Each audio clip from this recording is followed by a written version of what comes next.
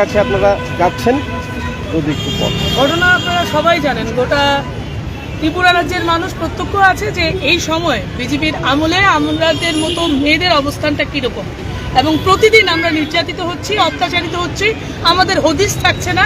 এই রাজত্বে আমরা কি আদৌ নিরাপত্তা নিয়ে থাকতে পারবো কি না এটা জিজ্ঞাসা করার জন্য আমরা যাচ্ছি পুলিশের সেই কার্যালয়ের সামনে, ডিসি অফিসের সামনে। কারণ পুলিশও আজকে একেবারে নীরব দর্শকের ভূমিকা পালন করছেন। যারা রক্ষক তারা যদি মেয়েদের কোনো রকমের নিরাপত্তা না দেন, তো সেই রকমের পুলিশেরকে আমরা কি বলবো, লজ্জা আমাদের নয়, ওদের নিশ্চয়ই লজ্জা। কারণ এই সমাজের সবচাইতে গুরুত্বপূর্ণ অংশ তাদের মায়ের জাতকে তারা রক্ষা করতে পারছে না।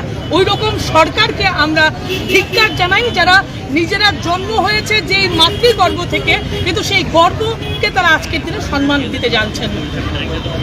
মূলত কি দাবিগুলি নিয়ে আপনারা যাবেন?